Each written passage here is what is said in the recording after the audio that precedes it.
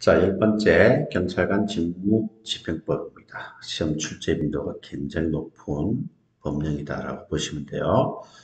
자, 먼저 1조 보시면은, 자, 1항은 읽어보시고 2항을 봅니다. 자, 경찰관의 직권은 그 직무 수행에 필요한 최소 한도에서 행사되어야 하며, 남용되어서는 아니 된다. 직권 남용. 자, 직권 남용하면 안 된다는 뜻이에요. 근데 직권 남용을 하게 되면은 어떻게 처벌을 하지요? 예, 1년 이하 징역 그리고 검거에 처한다 하는 사실을 여러분들이 알아두시면 되겠습니다. 자, 그리고 3조 경찰의 임무가 있는데요. 자, 우리 국자법, 경찰법에도 2조 경찰의 임무가 있었어요. 그때는 1호부터 8호까지죠.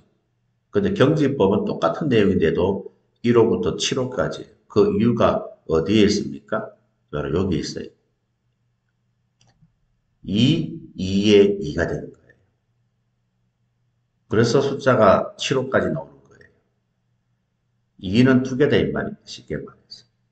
아셨죠? 그런데 경찰법에는 1, 2, 3, 4, 5, 6, 7, 8 이렇게 되어 있는 거예요. 이것도 여러분들이 구분하고 계셔야 됩니다. 왜냐하면 경지법상 3호 하면은 범죄 피해자 보호가 아니에요. 경지법상 경찰의 임무 3호 하면 경비예요. 그런데 국자법상 3호 하면은 범죄 피해자 보호가 되는 거예요. 이해하셨죠? 그 부분을 조심하시고 나머지는 뭐 같습니다. 아시겠죠? 나머지는 같다라고 보시면 돼요. 어떻게 얘기하죠? 국범은 범죄 피해자와 경비 정보 수집을 위해서 교회 공공장소로 갔다. 요거 기억하시라고 그랬잖아요. 그리고 공공의 안녕에 대한 위험의 예방과 대응을 위한 정보 수집이지 정책 정보 수집이라고 하면 틀린다고 얘기했잖아요. 그리고 치료에 가서 공공의 안녕과 질서 유지지, 질서 유지 대신에 이해 방지가 들어가면은 틀린다고 말씀을 드렸잖아요. 그걸 조심하시면서 정리를 해주시면 되는 겁니다. 자, 그리고 3번, 3조 불신 건물입니다. 자, 불신 건물은요, 자, 여기 보시면은 불신 건물 대상자가 나와요. 자, 대상자가 우리가 1호, 2호 해서 크게 두 가지로 볼 수가 있지만 구체적으로 내용을 쪼개보면은 A, B, C, D 총 네 가지가 되는 겁니다. 그래서 불신 건물 대상자에 해당되지 않는 것은 A, B, C 엉뚱하게 들어오는 거예요. 그래서 A, B, C, D가 됩니다.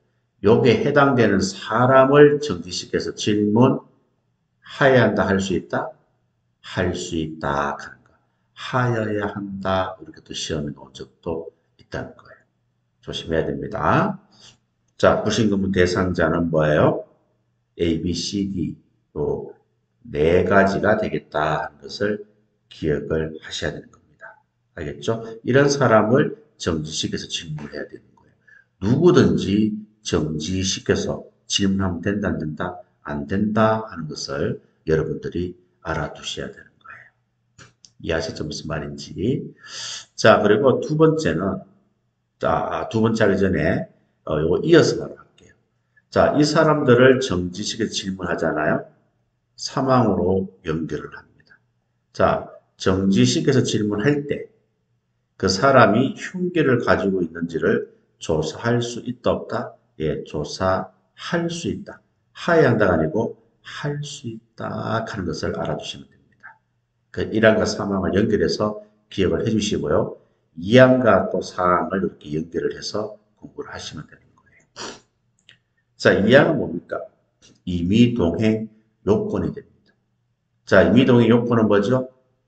이 장소에서 정지시킨 장소에서 질문하는 것이 당의인에게 불리하거나 또 교통에 방해가 된다고 인정될 때 임의동행을 요구할 수가 있습니다. 자, 이때 중요한 건 뭐죠? 동행을 요구받은 사람은 그 요구를 거절할 수 있다 없다? 거절할 수 있다 하는 사실을 알아두셔야 됩니다. 그래서 임의동행 요건은 불교에서 두 가지만 임의동행 요건입니다. 실현이 확인되지 않는 경우 이건 임의동행 요건이 아니에요. 아시겠죠? 임의동행 요건은 무조건 두 가지입니다. 불교. 아셨죠? 자, 그리고 임의동행을 요구할 때 세 가지를 고지하는데요. 그게 바로 A, B, C가 되는 거예요. 소속과 성명을 밝히고 목적과 이유를 설명하고 동행 장소를 밝혀야 된다. 이 말입니다. 요거 이해하셨죠? 기억하시고 그 다음에 또 임의동행을 한 경우 동행을 한 경우는 동행을 요구할 때 세 가지를 미리 고지했고 동행을 한 경우는 추가로 두 가지를 더 고지하는 거예요. 가족 등에게 어떻게 한다? 목적과 동행 목적과 이유를 알리거나 본인으로 하여금 즉시 연락할 기회를 주어야 한다. 우리 경찰이 알릴 수 있고 당연히 직접 알릴 수도 있다 이 말입니다. 그 다음에 또 변호인 도움을 받을 권리가 있음을 고지하여야 한다 하는 것을 알아두고 요거는 동행한 경우에 하는 거예요. 아시겠죠? 자, 그리고 경찰관은 임의동행을 한 사람을 몇 시간 초과하여 머물게 할 수 없다? 6시간을 초과하여 머물게 할 수 없고 그 다음에 질문을 받거나 동행을 요구받은 사람은 형사소송에 관한 법률에 따르지 아니하고는 신체 구속을 당하지 않습니다. 의사에 반해서 답변 강요도 받지 않는다 그런 사실을 여러분들이 알아두시면 되겠습니다. 자, 그리고 네 번째는요.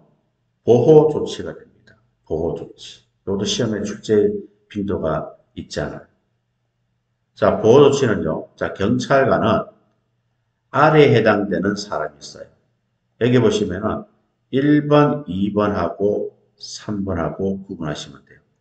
1번, 2번은 강제보호 대상자라고 합니다. 3호는 임의보호 대상자라고 합니다. 그래서 1번과 2번은 강제보호 대상자, 3번만 임의보호 대상자다 이 말입니다. 그래서 경찰관은 여기에 해당되는 사람을 발견하였을 때 이 말입니다. 무엇을 할 수가 있다고요? 보건의료기관이나 공공구호기관에 긴급구호를 요청하거나 아니면 경찰 간서에 보완하는 등 적절한 조치를 할 수 있다, 해야 한다. 할 수 있다 하는 것을 알아두셔야 됩니다. 아셨죠? 조치를 해야 한다가 아니에요. 보호조치를 할 수 있다가 맞는 거예요. 이런 사람들을 강제보호 대상자, 임의보호 대상자 발견하였을 때 A와 B 같은 조치를 할 수 있다 이 말입니다. 자, 하나 더 주의할 것은 바로 이거예요. 자, 강제보호 대상자는요. 거절하더라도 보호조치에 대해서 거절하더라도 보호조치를 할 수가 있어요. 그런데 3호처럼 임의보호 대상자는 본인이 구호를 거절하잖아요. 거절하면은 보호조치를 할 수가 없어요. 제외한다 이 말입니다. 그래서 강제보호 대상자는 거절하더라도 보호조치를 할 수가 있고 임의보호 대상자는 거절하면은 어떻게 한다? 보호조치를 할 수 없다 하는 사실을 여러분들이 알아두셔야 되는 거예요. 자, 그리고 자, A처럼 보건의료기관이나 공공구호기관의 긴급구호 요청을 받잖아요. 자, 요청을 받은 보건의료기관, 공공구호기관은 정당 이유 없이 긴급구호를 거절할 수도 없다. 거절할 수 없습니다. 물론 정당 이유가 있으면 가능해요. 정당 이유가 없으면 거절할 수가 없게 됩니다. 만약에 정당 이유 없이 거절하게 되면 처벌을 받죠. 어떻게 처벌받아요? 3년 이하 징역, 3천만 원 이하 벌금에 속하는데 그 처벌 근거가 어디에 있습니까? 경찰관 직무 집행법에 있는 것이 아니고 응급의료에 관한 법률로 인해서 처벌을 받는다는 것을 알아두셔야 됩니다. 처벌 내용이 3년 이하 징역, 3천만 원 이하 벌금이다. 그렇게 보시면 되는 거예요. 이거 이해하셨죠? 꼭 기억을 해주셔야 됩니다. 자, 그래도 경찰관이 이제 보호 조치를 하였다고 봅시다. 자, 경찰관이 보호 조치를 하였을 때는 지체 없이 가족 등에게, 그러니까 연고자에게 그 사실을 알려야 하며, 알릴 수 있으며 하면 틀리는 거예요. 또 지체 없이가 맞지, 24시간 이내에 가면 틀립니다. 이 시험에 나왔던 거 아니에요. 24시간 이내에 연고자에게 알리는 게 아니에요. 지체 없이 알려야 하고 무조건 알려야 됩니다. 그런데 연고자가 발견되지 아니할 때는 어떻게 하느냐 이거죠. 그때는 공공보건의료기관이나 공공구호기관에 즉시 인계를 해야 하는 거예요. 경찰관이 계속 보호조치를 못합니다. 그래서 기관에 인계를 하는 거예요. 이해하셨죠? 무슨 말인지 오래 정리해 주시면 되고, 그리고 이제 공공보건의료기관이나 구호기관에 인계를 하잖아요. 인계를 하면 즉시 소속 경찰서장한테 보고를 한다 하는 것을 알아두시고, 보호기간은 24시간을 초과할 수 없고 임시정지는 10일을 초과할 수 없다 하는 사실을 여러분들이 알아두시면 되겠습니다. 자, 다섯 번째, 위험 방지 발생입니다. 자, 우리가 위험 발생 방지 수단이 네 가지가 있죠. 결론적으로 말하면 뭐죠? 바로 이거죠. 경위, 억제가 됩니다. 네 가지가 되겠는데요.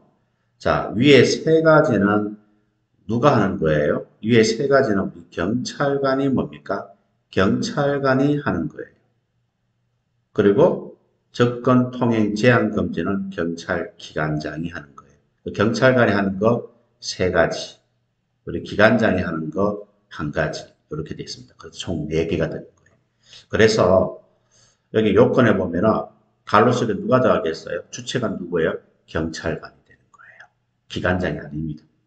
경찰관이 뭐예요? 사람의 생명과 신체 이해를 미치거나 재산에 중대한 손해를 끼칠 우려가 있는 천재사변, 인공, 구조물 파손, 붕괴, 교통사고, 위험물 폭발 등등 이런 사태가 발생했을 때 이 사람들에게 경고, 예방지, 응유 피난 조치를 할 수 있다 하는 거예요. 자, 경고 조치는 경찰관이 하는 거예요. 누구한테 하는 거예요? 바로 그 장소에 모임자, 사물관리자, 기타 관계인에 대해 경고를 바랄 수 있다. 이 말입니다. 그리고 이해 방지 조치는 누가 하는 거예요? 경찰관이 하는 거예요. 누구에게 하는 거예요? 그 장소에 있는 자, 사물관리자, 기타 관계인에게 조치를 하게 하거나 아니면 우리 경찰관 스스로도 조치를 취할 수 있다는 사실을 알아두셔야 됩니다. 자, 여기서 여러분이 한 가지 주의할 것은 경고는 모임자예요.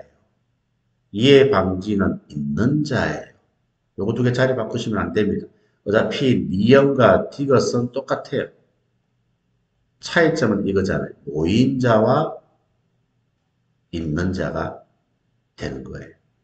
이해하셨죠? 그래서 이건 어떻게 기억하냐면 경고의 경, 모임자의 모해서 경시모는 이해가 있다. 이렇게 기억하시면 돼요. 경시모는 이해가 있다. 그러면 경고는 모임자, 이해 방지는 있는 자 이렇게 되는 거예요. 그러면 안 헷갈립니다. 그리고 또 하나 더 주의할 것은 바로 이거예요. 이해 방지 조치는 이 사람들에게 하게 하거나 우리 경찰관 스스로도 조치를 할 수 있다 없다 있다 하는 사실을 꼭 기억을 하도록 합니다. 그리고 응유 피난은요. 주체는 경찰관이에요. 매우 긴급을 요할 때 이해를 받을 우려가 있는 사람에 대해서 응유하거나 피난시킬 수 있다 하는 사실을 알아두셔야 됩니다. 자, 그리고 나머지 한 가지는 접근 통행 제한 금지 아닙니까? 이거는 경찰 기관장이 하는 거예요. 어떤 경우에 하죠? 대간첩 작전 수행, 소요 사태 진압을 위해서 필요하다고 인정되는 경우에 국가 중요 시설에 대한 접근 통행을 제한하거나 금지하여야 한다가 아니고 할 수 있다 하는 것을 알아두셔야 됩니다. 요 네 가지는 모두 할 수 있다가 맞는 거예요. 그리고 경찰관이 세 가지, 경위업 요 세 가지를 했을 때는 지체 없이 경찰 기관장에게 뭐한다? 보고하여야 한다. 지체 없이 보고하여야 한다. 하는 것을 여러분들이 알아두시면 되는 거예요. 이거 이해하셨죠? 잘 정리를 할 수 있도록 합니다. 자, 그리고 여섯 번째, 범죄 예방과 제지가 되겠습니다. 이거는 간단해요. 예방하기 위해서는 뭐한다? 경고하고, 긴급한 경우는 뭐한다? 제지한다. 그렇게만 정리하시면 되는 거예요. 예방하기 위해서 뭐한다? 경고하고, 긴급한 경우는 제지한다. 그래 보시면 됩니다. 자, 그리고 7조 위험 방지를 위한 출입이에요. 우리가 위험 방지를 위한 출입은 긴급 출입이 있고, 예방 출입이 있고, 긴급 검색이 있습니다. 요거는 좀 더 여러분들이 정확하게 구분해서 정리할 수 있도록 이렇게 표가 있습니다. 이 표를 가지고 제가 정리를 하도록 하겠습니다. 자, 위험 방지를 위한 출입은 크게 몇 가지가 있다고 그랬어요? 세 가지가 있다고 그랬잖아요. 예방 출입, 긴급 출입, 긴급 검색이 있다 이 말입니다. 자, 예방 출입은요. 어떤 경우에 예방 출입을 한다? 이해를 예방하기 위해서 예방 출입한다는 거예요. 긴급 출입은 이해가 절박할 때, 임박할 때 긴급 출입한다는 거예요. 긴급 검색은 대간첩 작전 수행 시에 긴급 검색을 한다는 겁니다. 어떤 경우에 무엇을 하는지 아시겠죠? 이해를 예방하기 위해서 예방 출입. 이해가 절박할 때, 임박할 때 긴급 출입. 대간첩 작전 수행할 때는 긴급 검색. 이렇게 정리하시는 거예요. 자, 예방 출입은 그러면은 어떤 시간대는 어떻습니까? 영업 또는 공개된 시간에 예방 출입이 가능해요. 그런데 긴급 출입과 긴급 검색은 주야간 제한이 없습니다. 제한이 없는데 예방 출입만큼은 영업 또는 공개된 시간에 영업 시간에 예방을 위해서 출입을 해야 되지 문 다 닫고 나서 자는데 예방 출입하기 위해서 허용해달라고 이야기하면 안 된다는 것이에요. 그 다음 또 예방 출입 장소는요. 예방 출입 장소는 긴급 검색 장소와 똑같아요. 다수인이 출입하는 장소, 긴급 검색도 다수인이 출입하는 장소가 됩니다. 근데 긴급 출입이 달라요. 긴급 출입은 타인의 토지라든가 건물, 그죠? 선차 내가 되는 거예요. 선차 내. 이해하시겠죠? 선차 내가 되는 겁니다. 그래서 장소는 긴급 출입이 다르고 시간은 예방 출입이 다른 거예요. 갈로에 있는 내용들을 잘 보란 말이에요. 자, 그리고 예방 출입은 동의가 필요합니까? 필요 없습니까? 예방 출입은 동의가 필요해요. 나머지는 긴급 출입과 긴급 검색은 동의가 필요가 없습니다. 자, 그런데 중요한 것은 바로 이거예요. 예방 출입은 동의가 필요하지만 이거는 형식적입니다. 왜냐하면 정당한 이유 없이 출입을 거절할 수 있다 없다? 없어요. 이유가 있으면 거절이 가능하고 이유가 없으면 거절을 못한다. 그 정당한 이유가 있느냐 없느냐가 중요한 것이지 동의를 하느냐 하지 않느냐가 중요한 것이 아니다 이 말입니다. 그래서 예방 출입은 강제 출입권 성질을 가지고 있다 하는 것을 여러분들이 알아두셔야 되는 거예요. 아셨죠? 그래서 그 갈로 속에 있는 내용들을 잘 보셔야 돼요. 한 번 더 반복해 볼까요? 이해를 예방하기 위해서 예방 출입. 이해가 임박할 때 긴급 출입. 대간접 작동 수행은 긴급 검색. 그리고 예방 출입은 영업 또는 공개된 시간대에 예방 출입이 가능하고 나머지는 주야간 제한이 없다. 그리고 또 장소는 예방 출입과 긴급 검색은 다수인이 출입하는 장소라야 되고 긴급 출입은 타인의 토지라든가 건물이라든가 성찬대가 되겠다. 그리고 예방 출입만 동의가 필요하고 나머지는 동의가 필요 없다. 그리고 예방 출입은 동의가 있느냐 없느냐가 중요한 것이 아니고 정당한 이유가 있느냐 없느냐가 중요하다. 그 정당한 이유 없이 출입을 거절할 수 없다 하는 사실을 여러분들이 정리를 해주시면 되는 거예요. 그래서 앞에 우리 조문이 있었잖아요. 이 내용을 정리한 거예요. 그래서 이 조문이 이제 시험에 나오잖아요. 그러면 읽어보세요. 읽어보시면 뭐가 탁 튀어나와요. 이해가 임박하다 하는 말이 튀어나와요. 그리고 타인의 토지, 건물, 배, 차에 출입할 수 있다 나와요. 이 뭐예요? 긴급 출입에 관한 내용이잖아요. 그 다음 또 다수인이 출입하는 장소라 해야 된다. 그리고 이해를 예방하기 위해서 또 공개된 시간대에 또 정단 이유 없이 거절할 수 없다. 뭐예요? 예방 출입에 관한 내용이잖아요. 표에 다 있었잖아요. 그리고 대가족 작성 수행 시에는 긴급 검색이라고 그랬잖아요. 장소는 요 이하. 긴급 검색 장소는 예방 출입 장소와 똑같다. 이 말입니다. 이해를 하셨죠? 무슨 말인지. 요걸 여러분들이 잘 정리를 하셔야 되고요. 그리고 긴급 출입이든 예방 출입이든 긴급 검색이든 경찰관 신분을 표시하는 정표를 제시를 해야 됩니다. 아시겠죠? 그리고 함부로 관계인이 하는 정당 의무를 방해해서는 안 되겠다 하는 것을 알아두시기를 바랍니다. 자, 그리고 8조 보시면은 사실 확인이 나와요.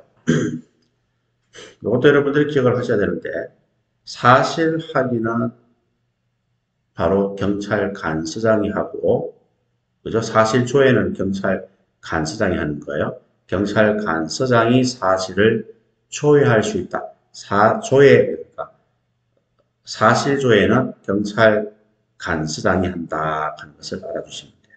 자, 그런데 긴급한 경우는 간서장이 소속 경찰관에게 지시를 하는 거예요. 네가 현장에 나가서 해당 기관 또는 단체장 협조를 받아서 그 사실을 확인하게 할 수 있다. 그 사실 확인은 지시를 받은 소속 경찰관이 사실을 확인하고 사실 조회는 경찰관서장이 사실을 조회한다 하는 것을 알아두셔야 됩니다. 자, 여기서도 하나 주의할 것은요. 긴급한 경우는 경찰관서장이 소속 경찰관으로 하여금 현장에 가서 이 사람들의 협조를 받아서 사실을 확인하게 할 수 있다가 맞잖아요. 그래서 시험에 어떻게 나왔어요? 확인된 사실을 해당 기관 또는 단체장에게 추후 통보한다. 이렇게 시험에 나온 겁니다. 확인된 사실을 해당 기관 또는 단체장에게 추후 통보한다 하면 안 됩니다. 통보하는 것이 아니고 이 사람들의 도움을 받아서 사실을 확인하는 거예요. 그걸 여러분들이 꼭 기억을 해주시고, 자, 그 다음에, 자, 출석 요구입니다. 출석 요구는 누가 하는 거예요? 경찰관이 요 네 가지 해당되는 경우에는 출석할 것을 요구할 수 있다. 또 출석 요구 사유가 네 가지가 뭐예요? 미행, 사유해서 네 가지를 기억하시면 되는 겁니다. 자, 그 다음에 9번에 보면 이제 8조 2가 되는데 정보 수집입니다. 정보 수집. 이건 뭐 한번 읽어보시면 되겠는데요. 경찰관은 범죄, 재난, 공공 갈등 등 공공의 안녕에 대한 위험의 예방과 대응을 위한 정보 수집, 작성, 배포, 이해, 수반하는 사실을 확인할 수 있다 하는 거 알아두시면 되겠고요. 그리고 여기에 관련된 뭐 여러 가지 절차와 한계는 대통령으로 정한다 했잖아요. 그 대통령령이 바로 밑에 있는 거예요. 경찰관 정보 수집 및 처리 등에 관한 규정 해가지고 나와 있습니다. 그러니까 한 가지만 기억을 해주시면요. 경찰관은 다음 각고 장소가 있죠. 언론, 교육, 종교, 시민사회단체 등 민간단체가 있고 민간 기업이 있고 정당 사무소가 있어요. 그래서 경찰관은 아래에 해당되는 장소에 상시적으로 출입하면 안 된다는 거예요. 정보 활동을 위해서 필요한 경우에 한해서만 일시적으로만 출입을 해야 합니다. 상시적으로 출입이 가능하다 하면 틀리는 거예요. 이해하셨죠? 이것도 간단하게 하나 챙겨두시기 바랍니다. 자, 그리고 10번째 8조 3 국제협력. 이거는 뭐 시험에 몇 번 나왔죠.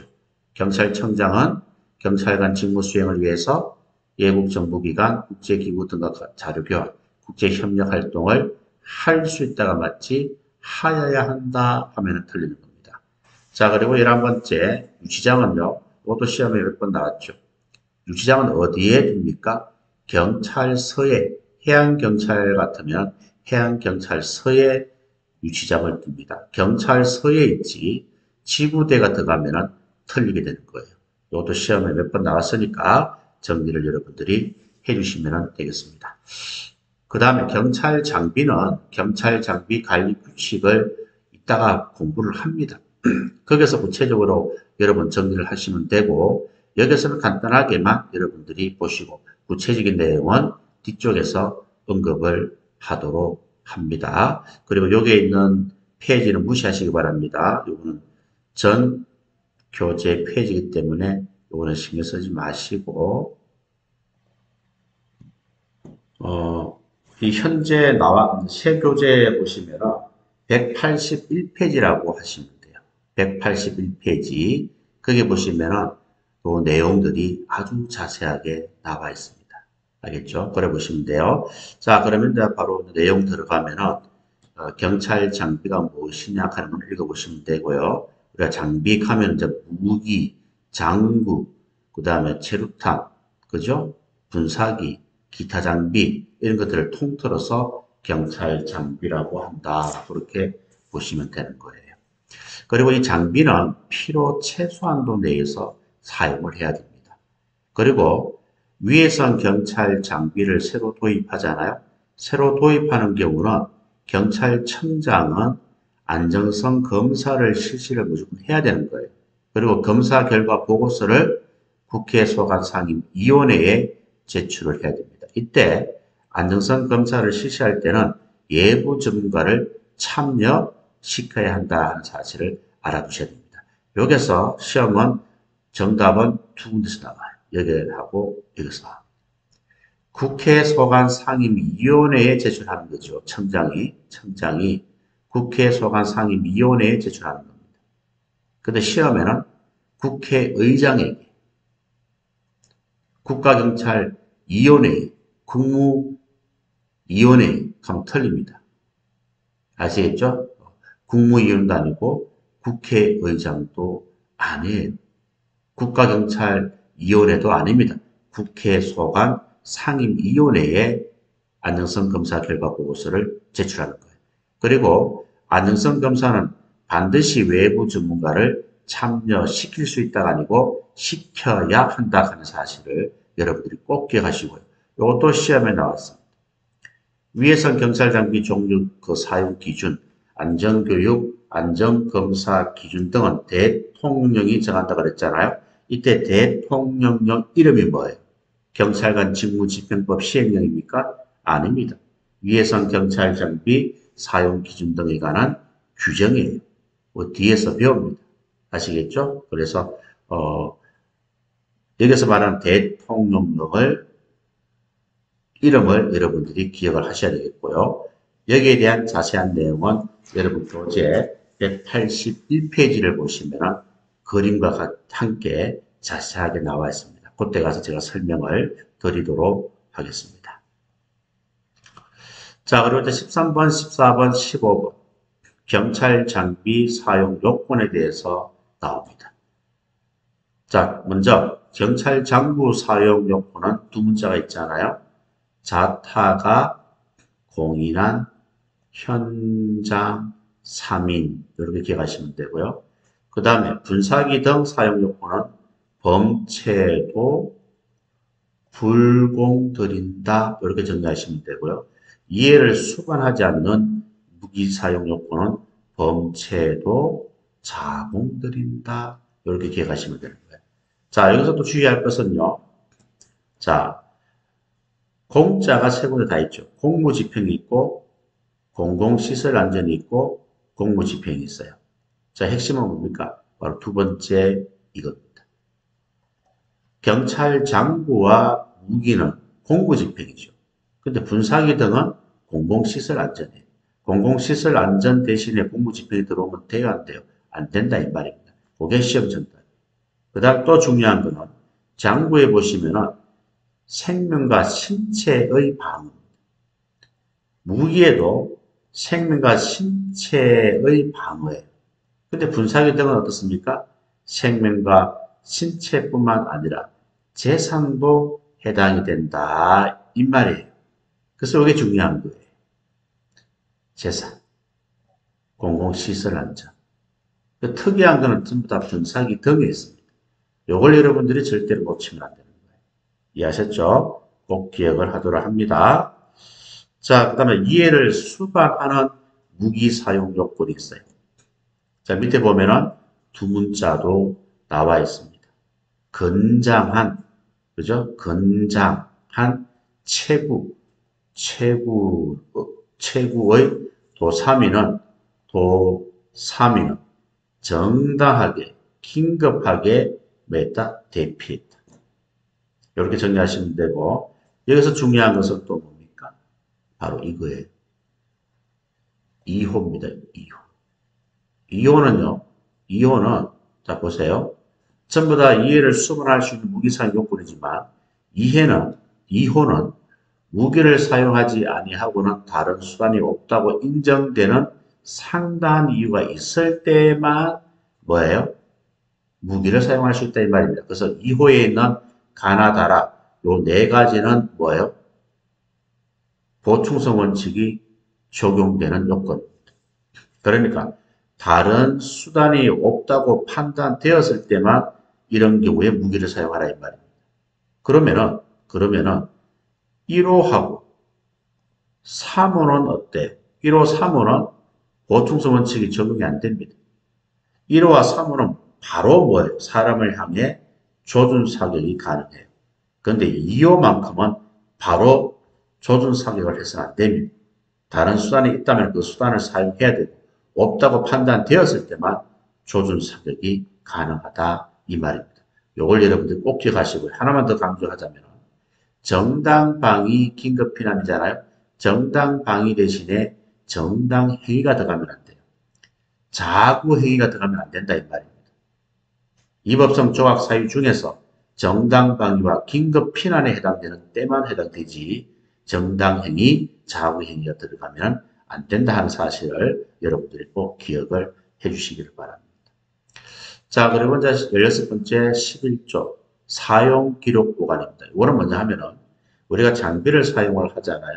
장비를 사용하는데 굉장히 위험한 장비들이 많아요. 특히 살수차, 분사기, 체루탄, 무기 이런 것들은 굉장히 위험합니다.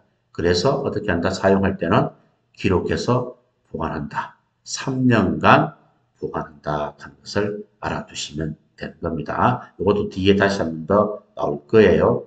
더 자세하게 나올 테니까 뒤에서 공부하셔도 상관없습니다. 자, 그리고 17번에 11조 2 손실보상에 대해서 나옵니다. 자, 1항에 보시면은 국가는 경찰관의 적법한 직무집행으로 인하여 이렇게 되어 있어요. 그죠? 자, 적법입니다. 이 법이라고 하면 안 돼요. 손실보상은 적법한 직무집행으로 인해서 발생되는 손실에 대해서 보상을 해주는 거예요. 그래서 요거 적법이지 위법한 직무집행으로 인하여 하면은 틀리게 되는 거예요. 그걸 여러분들이 기억을 여러분들이 해주시기를 바라고. 자, 그리고 또 2항에 보시면은 손실보상 청구 시효가 나옵니다. 손실이 있음을 안 날부터 3년, 발생한 날부터 5년간 행사를 하지 않으면 시효는 완성이 되어 소멸된다는 사실. 이걸 꼭 시험에 여러 번 나왔던 내용입니다. 안 날부터 3년, 발생한 날부터 5년이에요. 이해하셨죠? 자, 그리고 보상금이 지급되는 경우는 손실보상심의위원회가 있는데요. 자, 이 손실보상심의위원회는 국가경찰위원회에 심사 자료와 결과를 보고를 해야 되고, 그리고 경찰 또 위원회에서는 필요한 자료 제출을 요구도 가능하다. 요거는 그냥 읽어보시면 되는 내용이다라고 보시면 돼요. 자, 그리고 이제 경찰관 직무집행법 시행령이 나옵니다. 대통령령이 나오는데 이것도 시험에 출제가 되고 있는 거예요. 손실보상 기준이고 보상 금액이 되겠는데요. 자, 보상 기준은 이 기준에 따라서 보상을 하는 거예요. 만약에 손실을 입은 물건을 수리할 수 있는 경우, 그때는 수리비에 상당한 금액을 보상하게 되고요. 근데 수리할 수 없는 경우가 있어요. 없는 경우는 손실을 입은 당시 해당 물건의 교환 가액이지 보상 당시라고 하면은 틀리게 되는 거예요. 이게 시험에 출제가 되었다 하는 사실을 알아두시기를 바랍니다. 자, 그리고 만약에 물건이 멸실, 훼손으로 인한 손실 외의 재산상 손실에 대해서는 직무집행과 상당한 인과관계가 있는 범위에서 보상을 한다 하는 것을 알아두시면 되겠고요. 그리고 다른 법령에 따라 보상금을 지급받는 경우는 그 상당한 금액을 제외하고 보상금을 지급한다 하는 것을 알아두시면 되겠습니다. 자, 그리고 이제 보상금 지급 절차 방법이 나와 있는데요. 자, 여러분들이 적법한 직무 집행으로 인해서 발생된 손실을 보상받고자 하는 사람은 어디에? 국가경찰관서장에게 제출을 하면 되는 거예요. 서류를 첨부해서 손실을 입은 손실 금액을 증명할 수 있는 서류를 첨부해서 국가경찰관서장에게 제출을 하면 됩니다. 자, 그러면 제출받은 국가경찰관서장은 손실보상심의위원회가 경찰청과 지방청에 설치가 되어 있잖아요. 그래서 경찰청과 지방청장에게 보내게 됩니다. 그리고 경찰청장 등은 손실보상심의위원회 심의 의결에 따라서 보상 여부, 보상 금액이 결정이 된다 이 말입니다. 그런데 이게 1호, 2호에 해당되는 경우는 해당되는 경우 그 청구를 각하하는 결정을 하여야 한다 하는 사실을 알아두시면 돼요. 이건 여러분 한번 읽어보시면 되겠습니다. 자, 그리고 손실보상심의위원회에서 결정을 했잖아요. 결정하면은 10일 이내에 청구인에게 통지를 하게 되고 보상금은 현금으로 지급하는 게 원칙입니다. 또 지급할 때도 일시불로 지급하는 것이 원칙이고 특별한 사정이 있는 경우는 청구인 동의를 받아서 분할 지급도 가능하다 하는 것을 알아두시면 되겠습니다. 자, 그리고 손실보상심의위원회 설치 구성해가지고 나와 있는데요. 요거는 또 뒤에 보면은 표가 나와 있어요.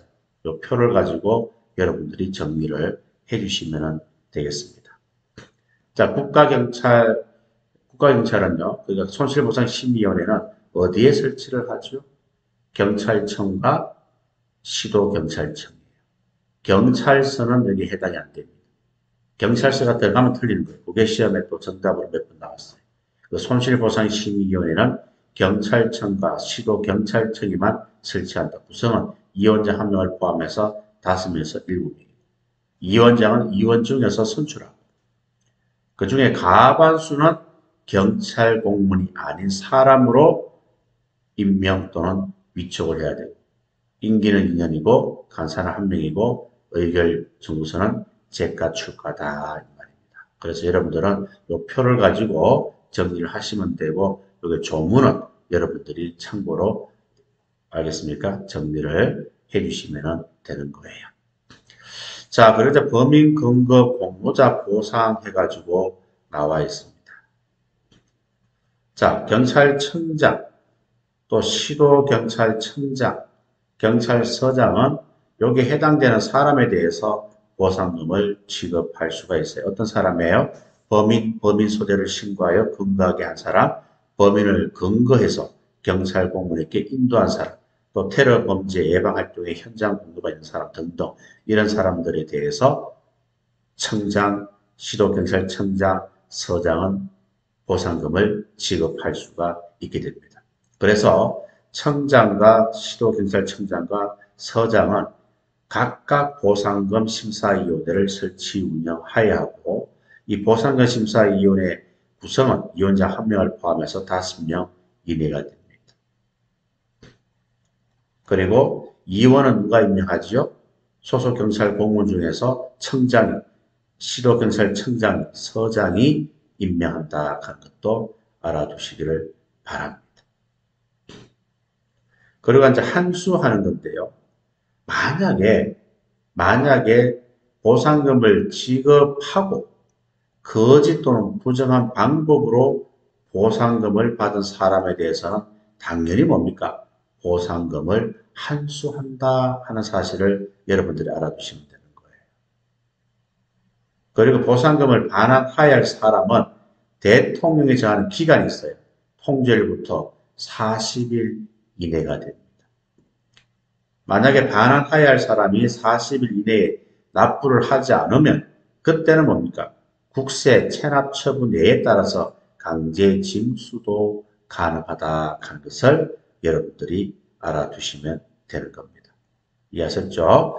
자, 그리고 경찰관 직무집행법 시행령에 보시면 보상금 심사위원회 구성회가 나와 있는데 이것도 여러분들이 뒤에 보면 표가 있어요. 이 표를 가지고 정리하시면 됩니다. 자, 보상금 심사위원회는 경찰청, 시도경찰청, 경찰서 모두 설치한다는 거 알아두시고 위원장 한 명을 포함해서 5명 이내고 그리고 위원장은 누가 임명합니까? 예, 경찰청 소속 가장급 이상, 시도경찰청 가장급 이상, 경찰서 가장급 이상을 청장이, 시도경찰청장이, 서장이 위원장을 임명하는 거예요. 이원도 바로 청장이, 시도경찰청장이, 서장이 소속경찰 공무원 중에서 위원으로 임명을 하는 거예요.